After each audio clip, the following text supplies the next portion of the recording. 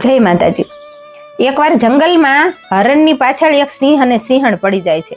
એટલે હરણ દોડવા લાગે છે અને દોડતા દોડતા હરણ થાકી જાય છે।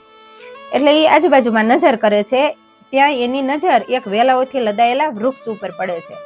એટલે હરણ એમાં ઘૂસી જાય છે અને સિંહ અને સિંહણ પણ દોડતા દોડતા આગળ નીકળી જાય છે। થોડીક વાર થાય કે હરણને આસ્કારો થાય છે અને એમ થાય કે હવે હું સુરક્ષિત છું। પછી જ્યાં છુપાયેલું હોય ને ત્યાં તે લીલા લીલા પાંદડાઓ જોવે છે, એટલે એ પાંદડાઓ ખાવા લાગે છે। ખાતા ખાતા એ જ્યાં સુધી અંબાય ને ત્યાં સુધીના પાંદડા એ ખાઈ ગયું। એટલે આજુબાજુમાં જ્યાં એ સંતાયેલો હતો ને એ જગ્યા ખુલ્લી પડી જાય છે અને એ વખતે એ હરણ ભૂલી જાય છે કે કદાચ સિંહ અને સિંહણ આજુબાજુમાં દસ્યે।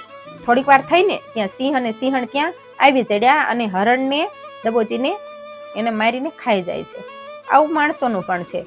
ઘણીવાર કેવું થાય કે મુશ્કેલીઓના સમયમાં જે માણસોએ તેને આશરો આપ્યો હોય, સહારો આપ્યો હોય ને એ જ માણસને ખોતરીને ખાવા લાગે છે અને છેલ્લે એની દશા પણ એ હરણ જેવી જ થાય છે। તમારે આ વિશે શું કહેવું છે? કમેન્ટ જરૂરથી કરજો।